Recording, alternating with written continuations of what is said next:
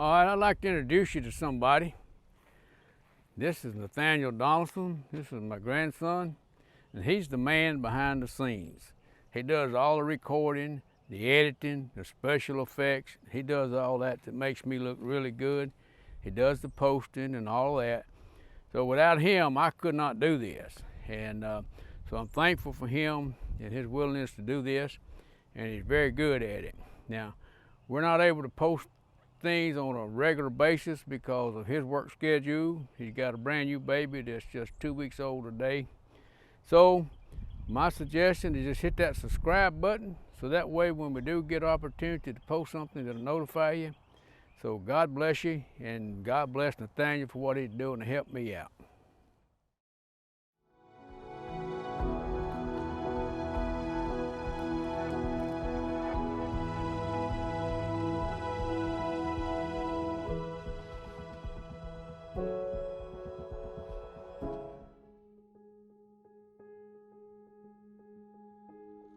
Well, I hope you have read the small short podcast, Why the Name Spiritual Orange Juice, because that will give you a better understanding of this lesson today and some of the things that I will say in it. Until you may be asking the question, why are we doing this one on the steps? Well, the reason is this is where I would come and sit a lot of times early in the morning when we were in our situation. I'd come out here, I'd meditate, talk to the Lord, and a lot of times sitting right here, I got answers, I got peace, and I got direction. So that's the reason we're doing this one from the step. Now, I wrestled with what to name this podcast today. I started out with how to live victoriously. Then I struggled with titling it Going to the Other Side. Either one would work, but I decided on how to live victoriously. John 14:1 says, "Man that is born of woman is a few days and full of trouble." All or most people in the Bible that accomplished anything for God went through adversity.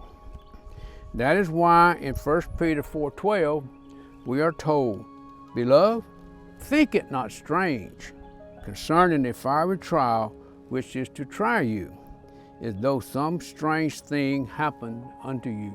None of us like fiery trials, but they are necessary sometimes. And so don't think it's strange when it comes. If you live for God, your time will come.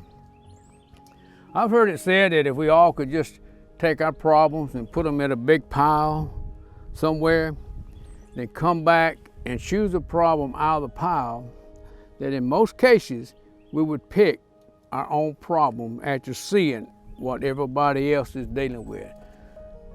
Most cases our problems are probably not as bad as the other person's. So the conclusion is that we all have trials and we must know how to handle them. Well, what's the reasons for trials? Well, our adversity is a witness that He is God. Isaiah 43:12 tells us. The lion's den, that proved who was God, proved that God of Israel was the true God, the God of Daniel. Because Daniel survived the lion's den, when the king came the next morning and cried out to Daniel, Daniel answered him. And then those people that had put people in the lion's den, that had complained about Daniel, they were put in the lion's den along with the wives and their children. So that proved that He is God. Or at the parting of the Red Sea, the children of Israel backed up against the sea and the army of Egypt behind them. They were in a bad place. The Red Sea parted. That proved to all the nations and the Egyptians, everyone around, that He was the one and true God. The 3 Hebrew boys thrown in the fiery furnace. The king looked in there and said, "Hey, I put 3 in there, but now I see 4. So our trials prove that He is God. Not only that, our trials and adversity give strength and hope to others. We all get strength from Job. Job went through some terrible stuff, but he survived that. And we all gain strength from that today. Most of the writings that David did was during his adversity. If David hadn't had all those problems and issues and trials and adversities, then we would not have a lot of the Psalms to read today. And I'm telling you, probably most of us read the Psalms pretty frequently for a little ray of light, hope, and strength. A lot of Paul's writings were done in prison while he was in adversity. And it gives us the truth and hope and guidance today. And two, I've watched others in their adversity, and I've gained strength from them. Now, I'd like to just briefly mention two people that I've watched for years. One of them's name was Joe Kennedy. Joe Kennedy just passed away a few weeks ago. Joe was, I think, in his 80s when he passed. And I'm sorry that I'm getting this out after he passed. I've had this for quite a while, but it's just never worked out for me to say it. But I still want to bring honor to Joe Kennedy. He was a quiet man. He didn't sing. He didn't teach. Really, most of the time you didn't hear him say a whole lot of anything. You never heard him say anything bad about anybody. He was just faithful to God, faithful to God's house, never gave nobody in trouble. But Joe lost a son, a daughter-in-law, and 3 grandchildren in one accident. And I will never forget walking into that church and seeing 5 caskets down in front of that church. That's a scene that'll stay with you. Then several months later, Joe lost his wife. But Joe never became bitter. He never blamed God. He never complained. He never whined to anybody. He just came to church. Joe was faithful. He never acted depressed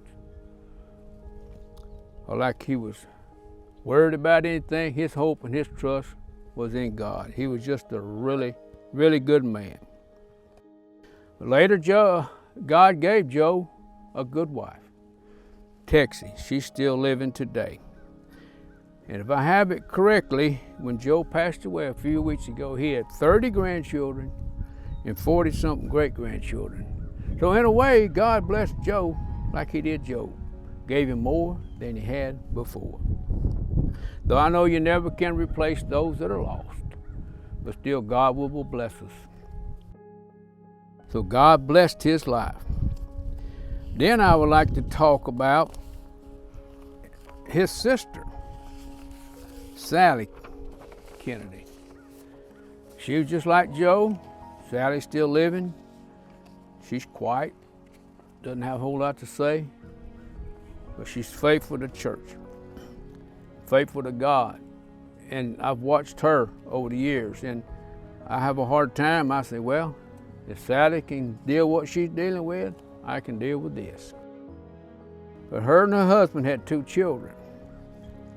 Both the children developed a crippling disease early in life, and they both had to be put in a nursing home. And because of circumstances beyond her control, Sally had to raise those children pretty much by herself. Her oldest, Todd, passed away 3 or 4 years ago. He was around the age of 50. But Misty, their daughter, she's probably, I'm thinking about 50 or so now. But she's still in the nursing home today. While the rest of us go places, go to the mall, go see friends, do things, Sally has spent most of her adult life going to the nursing home every day. She goes 7 days a week. And it's been this way for the most of her life. And to me, that is a faithful person to endure what she's done and not complain, but yet be faithful to God and his kingdom. And her and Joe Kennedy both, though they're quiet people, you don't hear anything out of them. I want to give honor to them because in their adversities, they have blessed me. But our adversities strengthen us and gives us the ability to help others. How can I help somebody if I haven't been through it? I've been through some things, and I've learned to trust God, learn how to pray, obey God, walk in faith, then I can encourage others and help them. It also helps us get our priorities straight. We go through trials, it's kind of like being on a sinking ship. You're on a ship that's starting to leak water. Well, the first thing you want to do is throw everything overboard that you don't need. You want to get rid of the weight. Anything that would cause that ship to sink further in the water. So you get rid of things you don't need, and that's what God does in our lives. He puts adversity on us, and that's what we start doing, examine ourselves. Well, I don't need this, and I don't need that. We get rid of things, help us get our priorities straight. It makes us pray so that God can talk to us. Adversities purify us.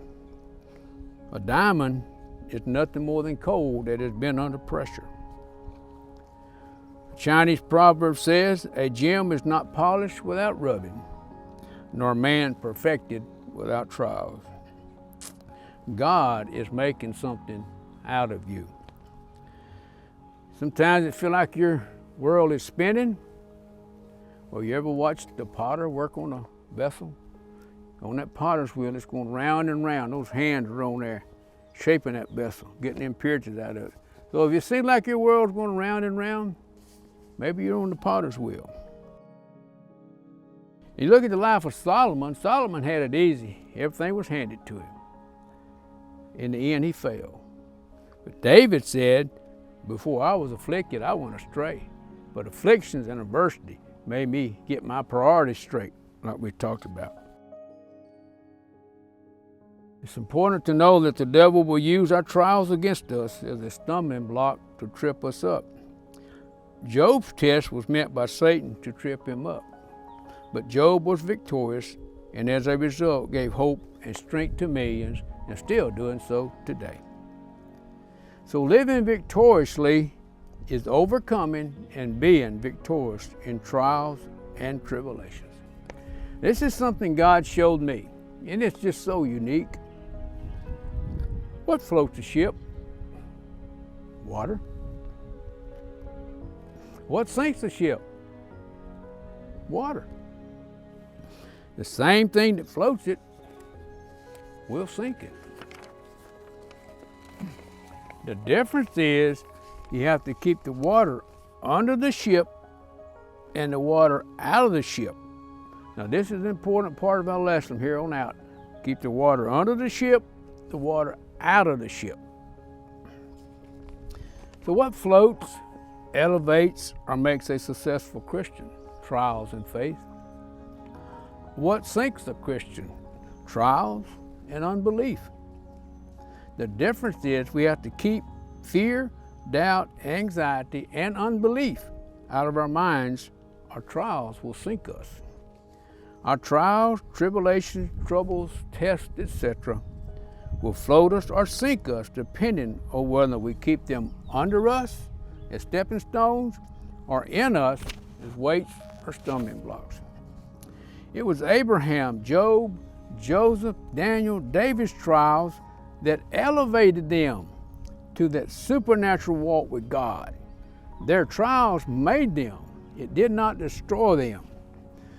In my observation, ever since just a little small child in Sunday school, I always observed those that stayed with God regardless of the circumstances.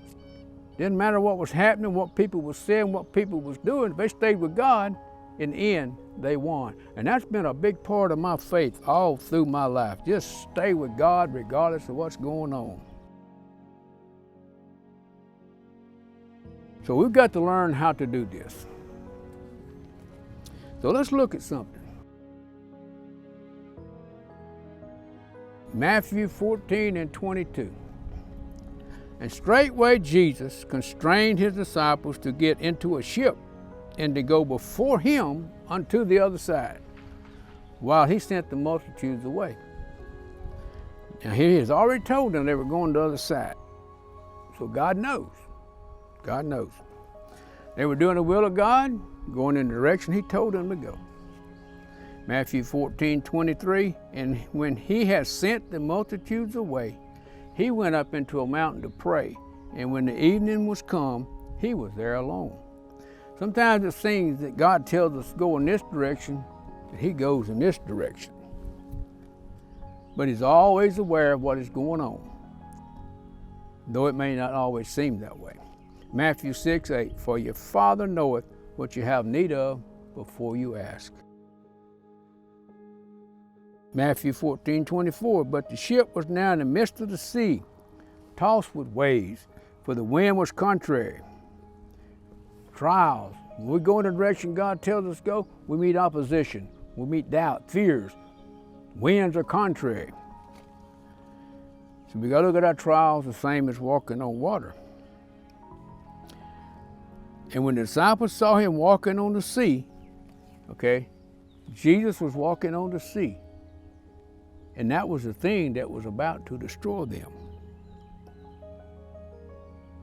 The thing that was about to swallow them up. And they were troubled, saying, it is a spirit. And they cried out for fear. They did not recognize the answer. They were afraid of their answer. I heard the story of a man that lived close to a large river. And during the night, heavy rains came and flooded his house away with him in it. Upon awakening and seeing his predicament, he cried out to the Lord to rescue him. He immediately felt peace and knew that God was going to come to his rescue. He climbed out of a window and got on top of the house as it floated down the river. At one point, his house floated close to the bank, and a man threw him a rope so he could pull him to shore. The man on the house refused the rope, saying, God is going to rescue me.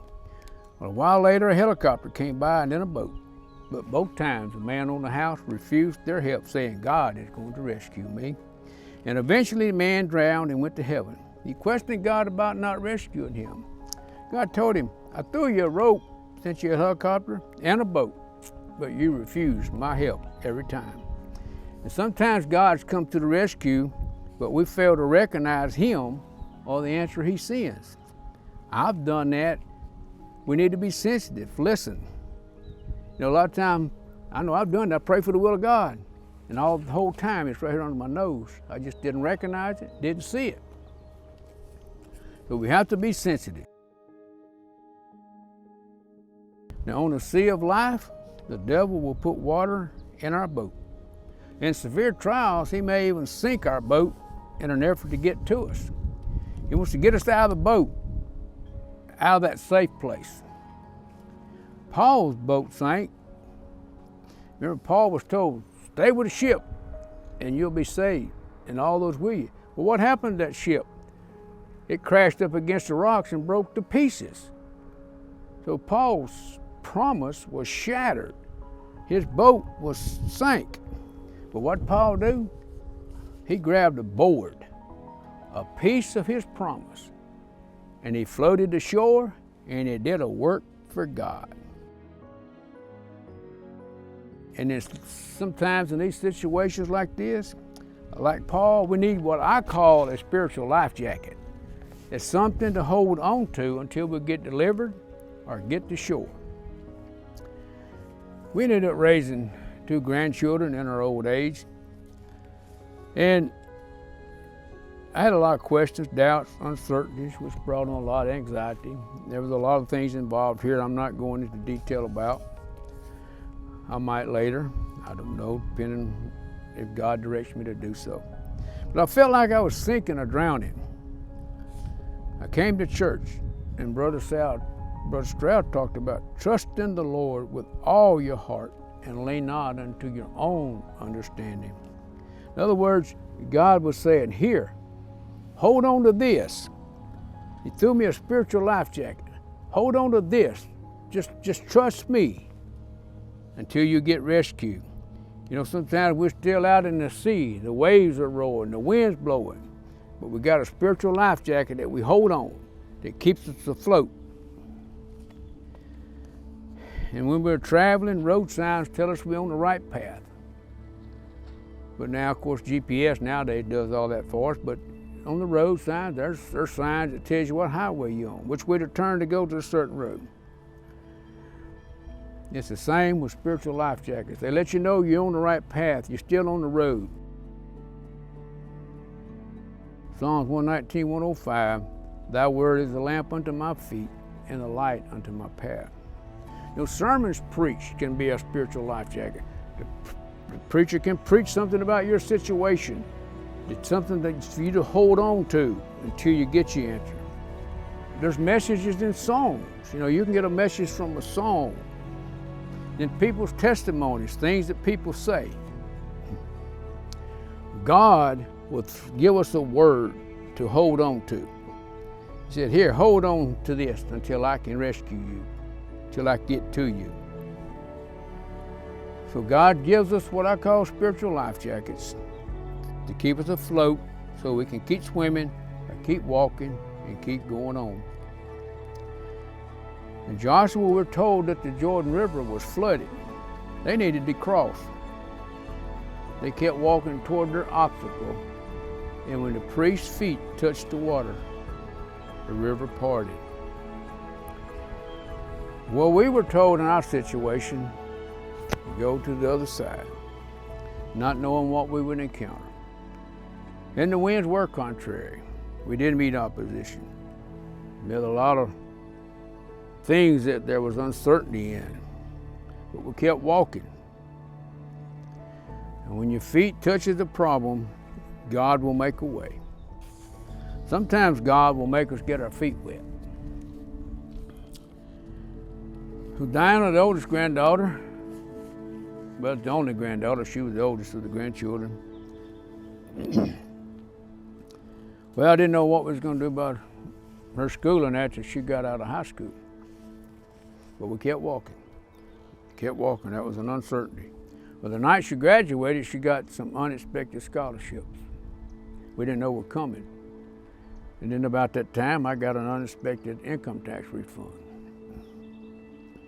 And the scholarship was given by some of the richer people of the community. And months later, God spoke to me and told me, I used the rich people of this parish to answer your prayer to provide Diana with her schooling. And, of course, time came not long after that for Diana to get married. She met this nice guy named Justin Nelson, which we're very glad to have him in the family. Good guy. But I didn't know about that. Weddings cost money. We kept walking. I just knew that God was going to provide. I just kept walking. Well, there's a pipeline that runs through one corner of my property that goes up onto Canyon Lake. Well, lo and behold, they decided they want to put new pipe up onto Canyon Lake. They want to use a piece of my property for a staging area to store pipe, do some work, and all that kind of stuff. Well, originally they told me I wasn't going to get nothing out of the deal. I kept walking. Finally, the situation changed a little bit, and they offered me like $2,000. I just kept walking. To make a long story short, and I can't give you all the details that went into this because it just takes too long. That's almost a podcast within itself, how God did it and how God directed me. In the end, I got $20,000 from the pipeline people for using my property. Of course, they had to pay taxes on it and my tithes, which, praise the Lord, we're willing to do it. But I told Diana and Justin, they're the only two people I ever know of that God paid for their wedding. But God provided the money and the funds for their wedding. We kept walking. And Nathaniel, the grandson, well, I was concerned about his college. I thought, well, the only thing I know to do, we just had to borrow the money. Brother Morton Buster came through and preached. He said, God will make a way for your child to go to college. He just made that statement. I thought, well, it's not my child, it's my grandchild. So I claimed that. To me, that was a spiritual life jacket. He threw me a spiritual life jacket. You hold on to this. And I held on to that. And in the end, Nathaniel was able to get some grants. His schooling didn't cost anything. So praise the Lord. We kept walking. But when our feet touched the problem, God parted the way. So we must learn to recognize God's guidance and recognize His answer. So many sink because they don't recognize God's answer. And they won't grab a spiritual life jacket when it's thrown their way. They just let it go over the head, let it go by. They don't recognize it for what it is. But anyway, let's get back to Peter in the boat.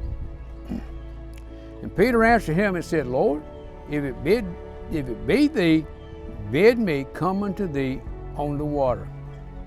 The thing that was about to destroy Peter and the other disciples or swallow him up was the thing. He said, Lord, let me come to you on the water, on the thing that's about to destroy me.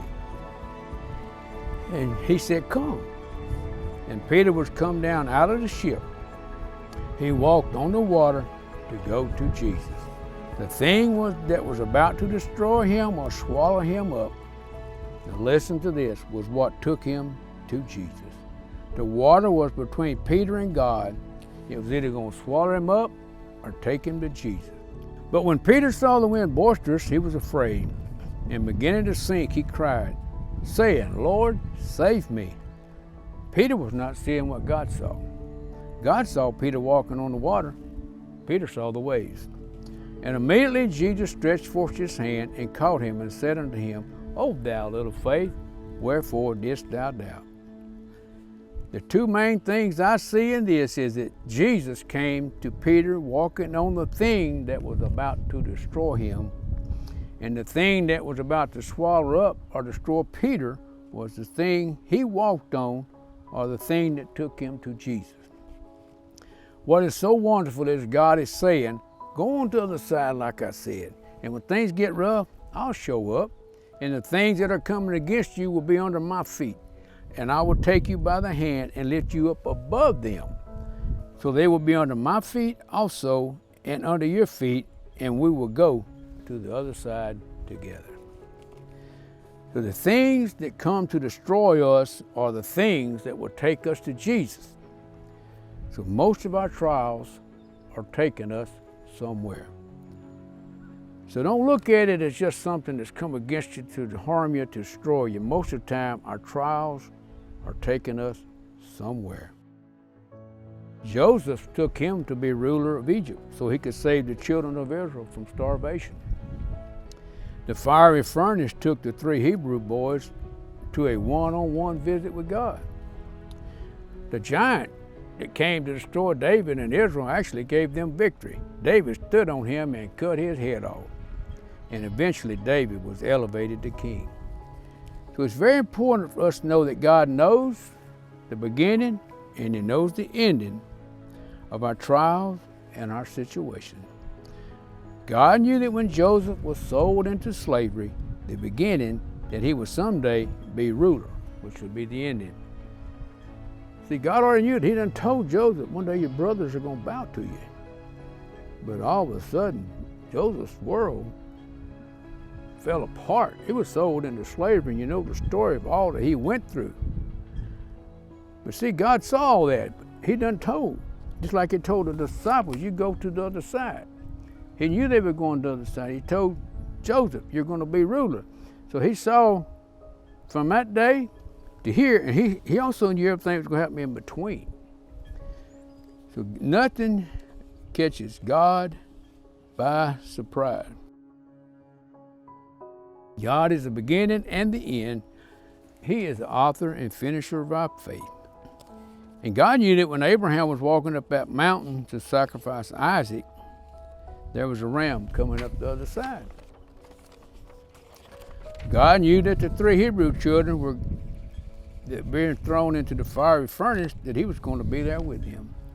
God knew when Daniel was thrown into the lion's den, that he would survive. So when the wind is contrary, or we face trials, battles, or opposition, God already knows the beginning, he knows the end, and he knows about everything in between. So like I already said, nothing catches God by surprise. So remember that when we have a rough day, God saw that day when he told us to go on to the other side. God's already saw that day. God knew the storm was coming. That's why he went to them. He already knew they were going to the other side. That's why he asked, why are you afraid? We just have to learn to not lean unto our own understanding. Galatians 6:12 says, For we wrestle not against flesh and blood, but against principalities, against powers, against rulers of the darkness of this world, against spiritual wickedness in high places. For though we walk in the flesh, we don't war after the flesh. For the weapons of our warfare are not carnal, but mighty through God to the pulling down of strongholds. And here we go. This is very important right here. Casting down imaginations and every high thing that exalted itself against God, and bring into captivity every thought to the obedience of Christ. I believe any unconquered thought becomes either sin or unbelief. Now, if we're to be victorious and step into the miracles that God wants us to have, we have to understand and learn how to do verse 5, and casting down imaginations and everything that exalted itself against God. But this is where it gets hard for us. Like I said, God already knows our beginning and our ending. But what we have to do is cast down our fears, our doubts, our anxieties that acknowledge themselves against the knowledge of God. See, God has a knowledge of our ending, but it's these fears, these doubts, these anxieties, they raise themselves up against what God knows and start telling us a false story. Rise ourselves up against the knowledge of God, against what our true end is going to be if we stay faithful. We've already talked about how that God had the knowledge that Joseph would go from slave to ruler. Now Joseph could have messed all this up and ruined it all if he had allowed his imagination to acknowledge itself against the knowledge of God. Our fears, anxieties, doubts can destroy what God has planned for us if we do not have the faith to stay in His will and be faithful to God during our trial. Without faith, it is impossible to please God. We must exercise faith during our trials and bring every thought into captivity to the obedience of Christ. John 14:27, Peace I leave with you, my peace I give unto you. Let not your heart be troubled, neither let it be afraid. At a point in our situation, I quit praying. As a result of that, I got despondent, I got depressed, I got fearful, I got doubtful. But God threw me a spiritual life jacket. Brother Robert Stroud, our pastor's dad, preached a message one Wednesday night on prayer, the importance of prayer. So I got back to praying, and I got that rock, Jesus, back under me, and got my mind straightened out again. Got those fears and doubts out of my mind. And I just told God, I said, if I sink, I'll be holding on your hand when I go under.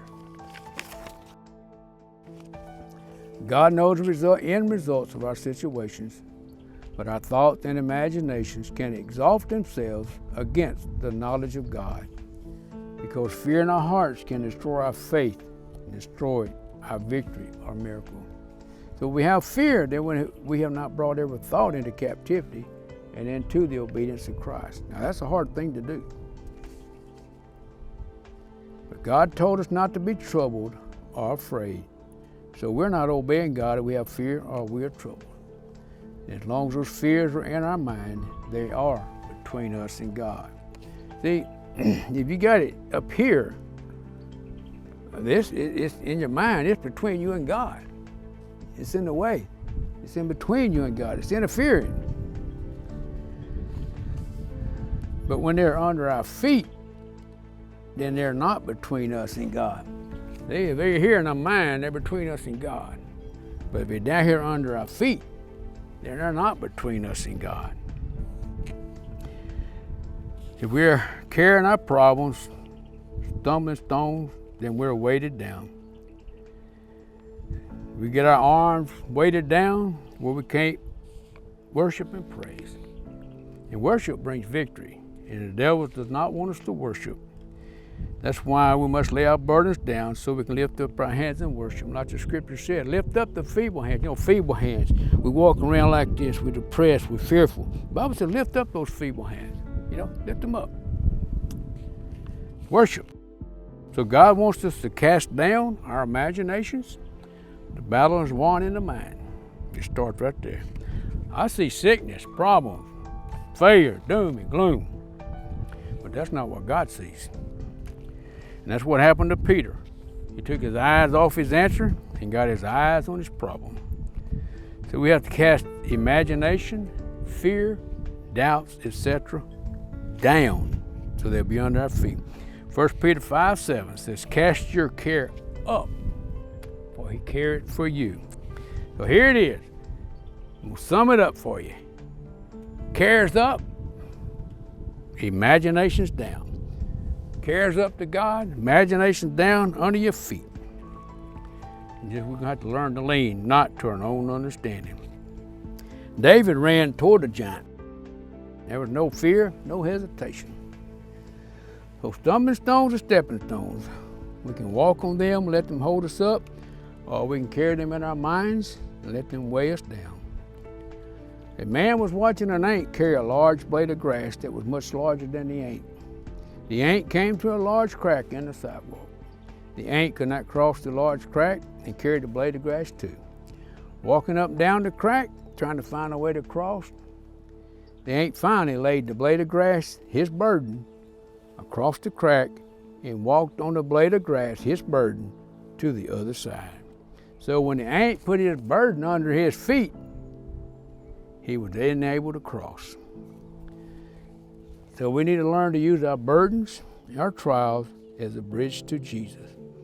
If God told us to go to the other side, then we will make it. Now some burdens can be permanent. You know, Paul had a thorn in his flesh. He asked God to remove, and God said, no, my grace is sufficient. And I heard a story years and years ago about a lady that she had some type of affliction. And she prayed and she prayed and she prayed for God to heal her, and God would never heal her. She kept petitioning God. Finally, God told her, said, if I heal you, you'll backslide. So there's a reason sometimes that we have maybe some type of permanent situation. The old timers used to say, you know, you can lead a horse to water, but you can't make him drink. Then somebody said, yeah, but you can put salt in his oats. You know, and sometimes God puts salt in our lives to make us thirsty for him. And that's the whole point of any affliction or tribulation, is for us to seek God so he can communicate with us. And the hard things in my life really is what has made me. It wasn't the easy things, it was the hard things. And we just need to develop the attitude like the three Hebrew boys. Said, if it be so, our God whom we serve is able to deliver us from the burning fiery furnace, or from this affliction, this trial, or whatever. And he will deliver us out of thine hand, O King. But if not, we ain't budging, we ain't changing. Our hope, our strength is still going to be in God. And I think, it's just my opinion, that there'll come a time in every true Christian's life, we're going to have to say, God give it, and God take it away. And though he slay me, I will trust him. In closing with this little simple incident I had one time. I was in the heat of battle. I was praying, and I just had this, saw this in my mind. I don't know if you call it a vision or not, but this actually really, truly happened. I can still see it right now. In the middle of this burning, fiery furnace was a small table, similar to a card table. And on one side of that table was an empty chair, and sitting on the table was a glass of iced tea that had ice in it. Now I'm talking about, we're in the middle of a fiery furnace. It's hot in there, flames everywhere. A glass of iced tea. On the other side of that table sat the Lord. Now I couldn't just make him out, but I just knew it was the Lord. and he had a glass of iced tea in his hands. He said, "Come on, sit down, have a glass of iced tea, refresh yourself, and we'll walk out of here together." So the thing is, no matter how hot it was in there, it wasn't about to melt God's ice.